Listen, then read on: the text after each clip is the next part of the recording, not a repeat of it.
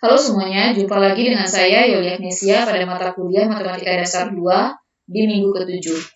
Pada minggu ke-7 ini, kita masuk ke bab baru ya, atau topik baru, yakni mengenai irisan kerucut. Nah, adapun irisan kerucut yang akan kita bahas diantaranya adalah parabola, elips, dan hiperbola. Diharapkan setelah belajar subtopik 10.1 dan 10.2 ini, kita dapat mengenali dan menentukan persamaan parabola, elips, dan hiperbola. Nah, sebagaimana judul dari topik kita atau subtopik kita ini, ada 3 kurva irisan kerucut. Nah, kurva ini diperoleh apabila permukaan kerucut diiris oleh sebuah bidang misalnya ya. Nah, bisa dilihat pada gambar, kita punya 2 buah kerucut yang bertemu di titik ujung. Nah, apabila kita potong kerucutnya dengan sebuah bidang datar, maka potongan atau irisan dari kerucut ini akan membentuk bidang yang kalau untuk gambar pertama ini bidangnya berbentuk elips. Nah, untuk gambar kedua ini, apabila kita potongnya melintang atau ibaratnya itu mengenai alas kerucut, nah maka bidang yang akan terbentuk adalah berupa parabola. Nah, untuk yang ketiga, apabila kita memotongnya atau mengiris si bidang datarnya ini tepat vertikal gitu ya, yang mengenai kedua kerucut kita, maka yang kita peroleh irisannya adalah berupa hiperbola. Nah, jadi di sini untuk dua bidang di depannya, dua bidang pertama ini hanya mengenai sebuah kerucutnya saja. Nah, kalau yang gambar ketiga ini mengenai kedua-dua kerucutnya, dan ini adalah tegak ya. Oke, sebelum kita masuk ke masing-masing bentuk kurva dari irisan kerucut, kita lihat dulu nih, bahwa ketiga kurva irisan kerucut itu mempunyai persamaan yang serupa. Nah, persamaannya ini diperoleh dari jarak dari titik. Nah, jadi kita membandingkan jarak dari suatu titik P ke F ya dengan jarak dari titik P ke L.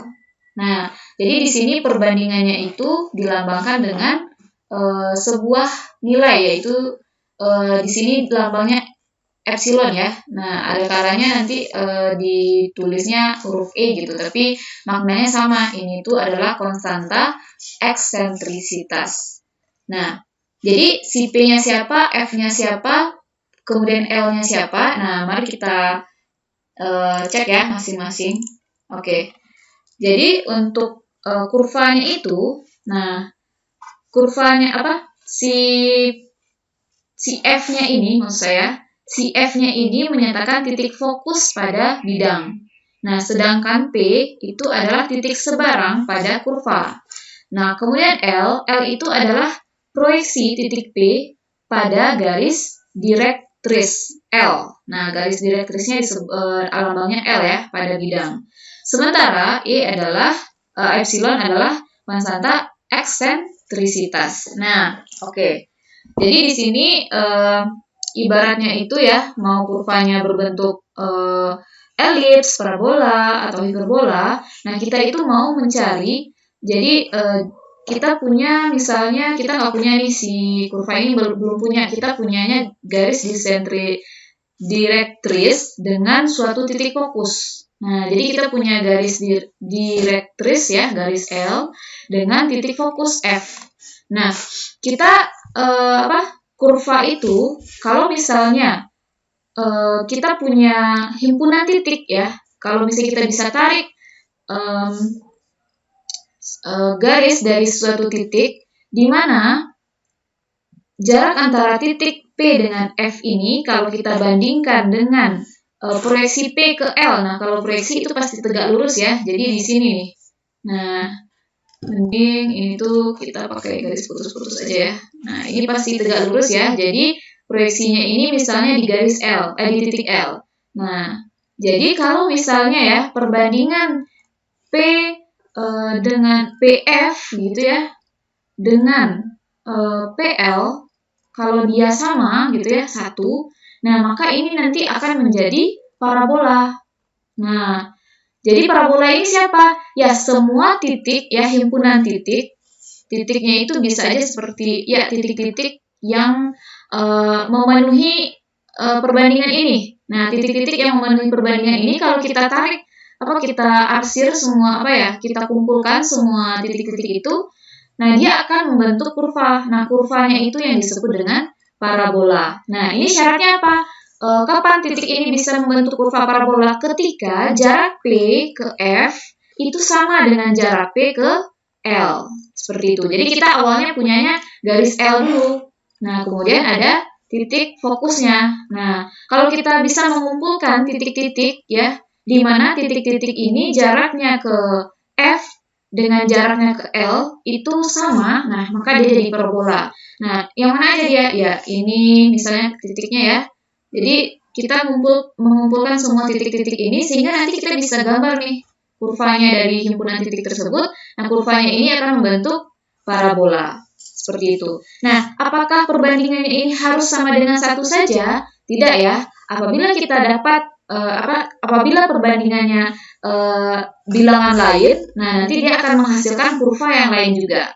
Nah, ini ada beberapa nilai konstanta ini ya, eksentrisitasnya. Nah, tadi kita sudah bahas nih kalau konstanta eksentrisitasnya itu sama dengan 1, maka perbandingan PF ya, sebenarnya sama aja, nggak apa-apa. Tapi di sini supaya lebih seragam, perbandingan PF sama dengan, kita nulisnya juga boleh nih, PF sama dengan epsilon dikali mutlak PL, atau mau tulis seperti ini, sebenarnya maknanya sama ya. Nah, jadi perbandingan jarak titik P ke titik F dengan titik P ke L, kalau misalnya sama dengan 1, itu dia persamaannya atau kurvanya akan membentuk parabola. Jadi titik-titik P itu nanti dia akan membentuk parabola. Nah, bagaimana kalau misalnya perbandingannya ini kecil dari 1 gitu, nilainya kecil dari 1. Nah, maka kumpulan atau himpunan titik P yang dihasilkan ini akan membentuk kurva elips.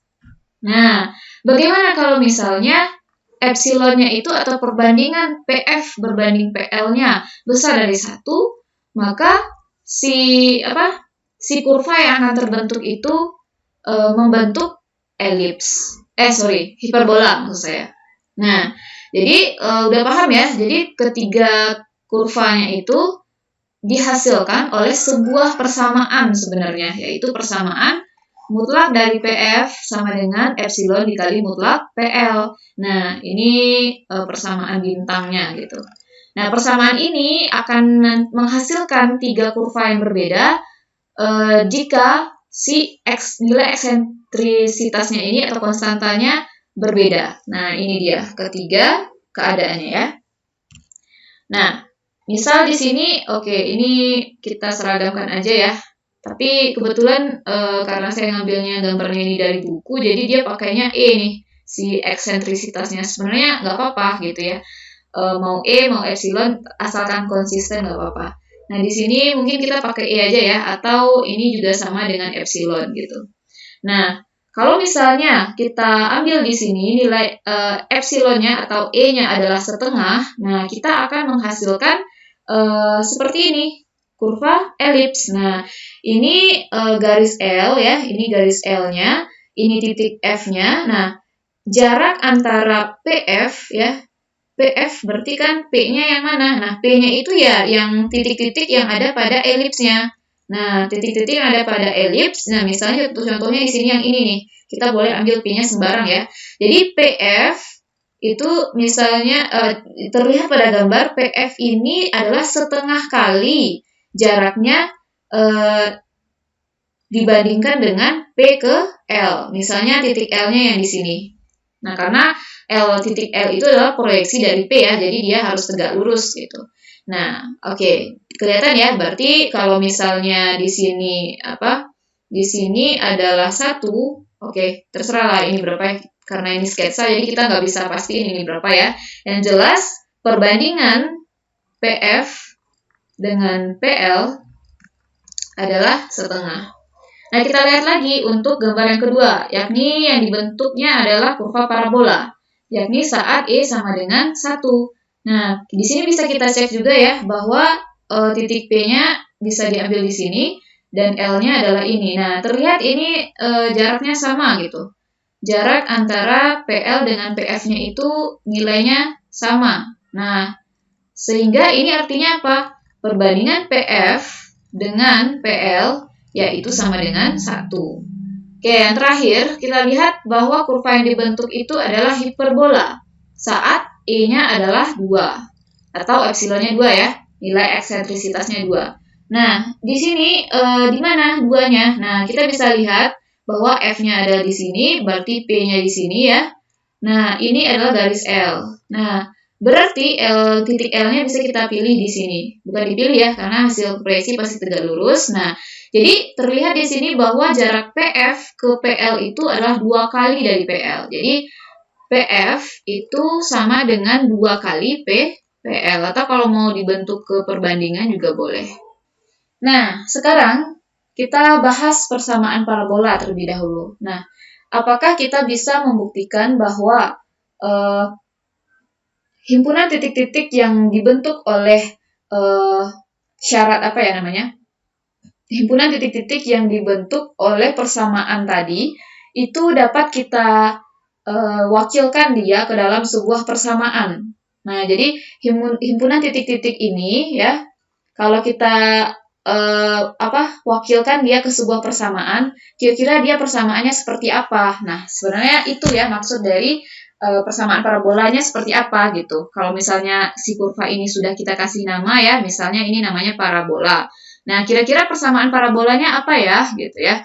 Nah, kita berangkat pertama dari persamaan yang tadi, bahwa PF, mutlak PF itu sama dengan mutlak PL. Nah, sama dengan ini berasal dari mutlak PF sama dengan 1 dikali PL gitu ya. Nah, di sini kita memakai rumus jarak ya, kita memanfaatkan rumus jarak. Oke, pertama kita tahu bahwa titik P itu adalah X, Y, kemudian F itu adalah misalkan ya titiknya di sini P, 0. Jadi di si titik F inilah titik fokus ya, sekali lagi inilah titik fokus di mana koordinat X-nya adalah P dan koordinat Y-nya adalah 0. Parabola yang akan kita cek itu titik puncaknya ya, titik puncaknya itu berada di 0,0 atau titik asal ya. Nah, jadi kalau dia berada di titik asal, oke, otomatis ini adalah 0,0. Nah, jadi untuk titik F itu langsung kita tulisnya P, 0. Nah, di sini garis direktrisnya adalah X sama dengan min P atau negatif P. Jadi di sini adalah min P gitu. Nah, dengan begitu semua nilai titik yang berada di garis direktris ini X-nya sama dengan negatif P ya. Nah, karena ini sama dengan negatif P dan si P-nya tegak lurus ke titik L, maka Y-nya sama ya. Karena P sama dengan X, Y, berarti kan di sini Y nih. Nah, otomatis si L-nya itu adalah X-nya berada di X-nya adalah negatif P dan Y-nya sama dengan Y. Oke, udah ya. Nah, sekarang kita gunakan untuk mencari jarak antara P dengan F. Ingat, kita punya rumus jarak itu adalah X kuadrat. Ya, kalau misalnya jarak 2 titik gitu ya. X1, Y1 dengan titik X2, Y2. Nah, jaraknya misalnya dilambangkan dengan D. Nah, jaraknya itu adalah ya X2 ya, boleh X1 dikurang X2, boleh X2 dikurang X1, terserah. Karena dia mau dikuadratin juga. Nah, ditambah Y2 dikurang Y1. Nah, oke. Saya di sini pakainya yang 1 aja ya. Karena supaya seragam. Nah, oke. Menggunakan rumus ini, rumus jarak ini, kita cari nih jarak antara P dengan F. Jaraknya berarti X dikurang dengan P, ya. Ini dia. Kemudian Y dikurang 0. Ini dia. Nah, ini adalah jarak P dengan F. Sekarang kita cari jarak P dengan L. P dengan L berarti, saya hapus lagi. X dikurang negatif P. Nah, jadinya X tambah P ya. Kemudian Y dikurang Y. Nah, ini dia. Kemudian disederhanakan ya. Artinya dikuadratkan kedua ruas. Kuadratkan kedua ruas. Ya. Sehingga kita peroleh X kurang P kuadrat ditambah Y kuadrat sama dengan X tambah P. Nah, ini silakan diperhatikan ya.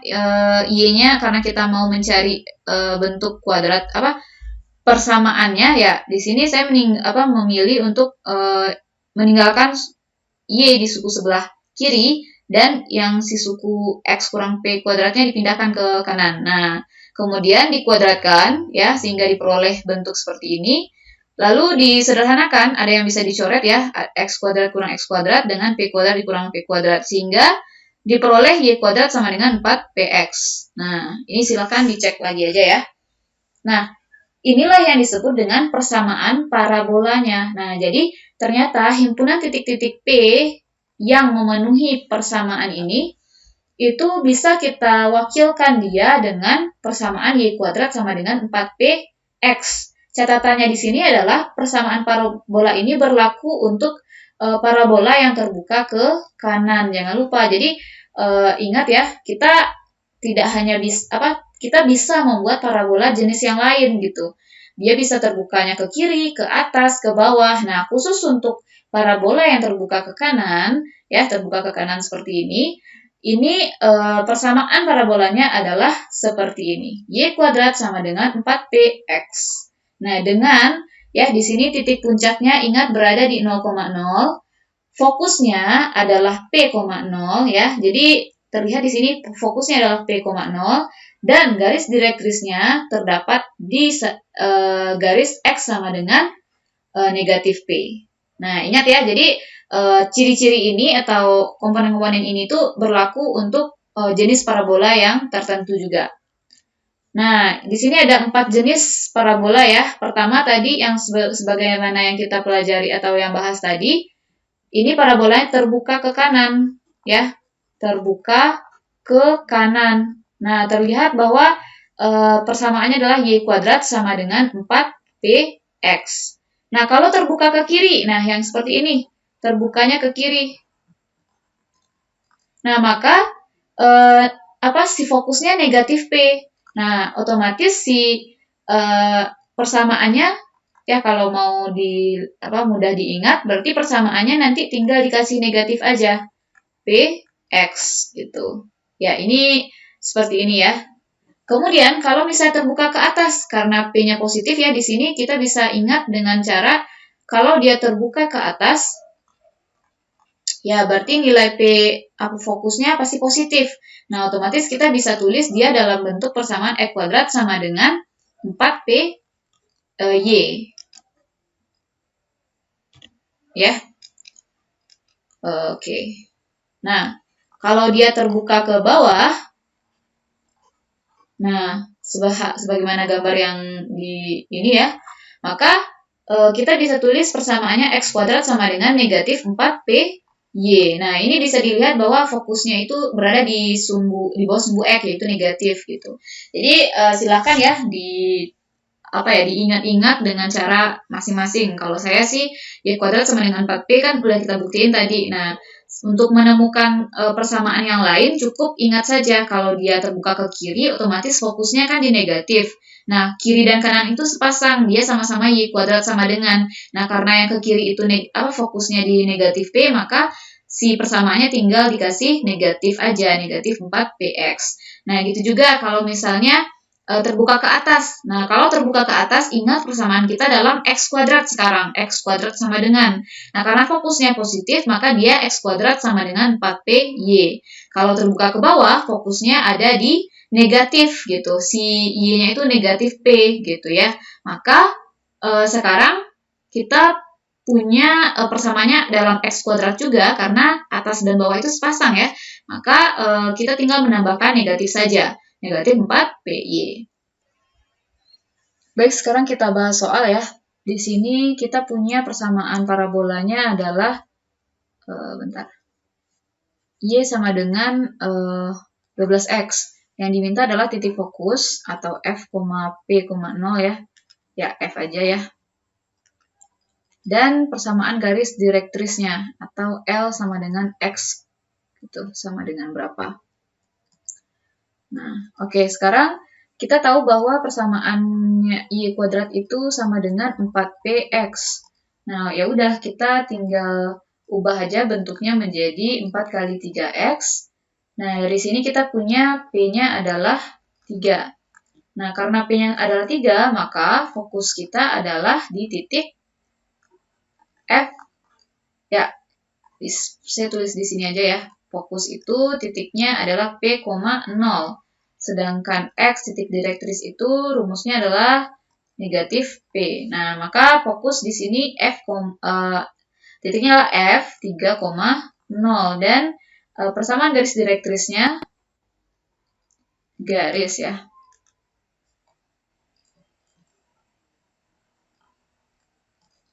Kita adalah X sama dengan min 3. Oke. Jadilah persamaan parabola dengan puncak di titik asal atau 0,0 ya. Dan dia melalui negatif 2,4, lalu dia terbuka ke kiri. Nah, di sini karena kita belum tahu nih rumus parabolanya apa, maka ada petunjuk nih dia terbuka ke kiri. Maka kita cukup gunakan persamaan parabola terbuka ke kiri, yaitu Y kuadrat sama dengan negatif 4PX. Nah, dalam hal ini karena titik negatif 2,4 melalui atau berada di parabola, maka kita tinggal substitusikan saja ke rumusnya ini untuk mencari P ya. Sehingga di sini kita memperoleh apa? Ya, 16 sama dengan negatif 4P dikali negatif 2 ya. Sehingga 16 sama dengan 8P. Nah, P kita memperoleh 2. Nah, dari sini kita punya persamaan lengkapnya. Jadi, persamaan, karena yang ditanya adalah persamaan parabola ya. Persamaan parabola adalah Y kuadrat sama dengan min 8X. Ya, mohon maaf ya, barusan PPT-nya error, jadi jawabannya hilang gitu. Jadi sekarang saya bahas langsung aja untuk sketsa grafiknya. Karena tadi kita punyanya adalah terbuka ke kiri ya, maka kita cuma perlu fokus sebenarnya di sini. Fokusnya kita dapat berapa ya? Kalau tadi kita peroleh persamaannya Y kuadrat sama dengan negatif 8X. Nah, dari sini kita punya min 4, 2X. Jadi fokus kita ada di min 2 ya, min 2,0. Kenapa? Karena kan P-nya itu sama dengan 2. Ya, berdasarkan rumus si parabolanya min 4 kali P gitu ya. Nah, P-nya sama dengan 2. Nah, sedangkan untuk fokus untuk parabola terbuka ke kiri, ini adalah min P, 0. Nah, makanya di sini fokus kita min 2,0 dan garis direktrisnya adalah negatif 2. Oke. Bisa kita cek ya, misalnya di sini titik asal dan ya kita punya min 2 sebagai fokus. Nah, otomatis kita punyanya gini. Gitu ya. Ya, garis direktrisnya di sini. Kalau mau gambar boleh, enggak juga boleh sebenarnya.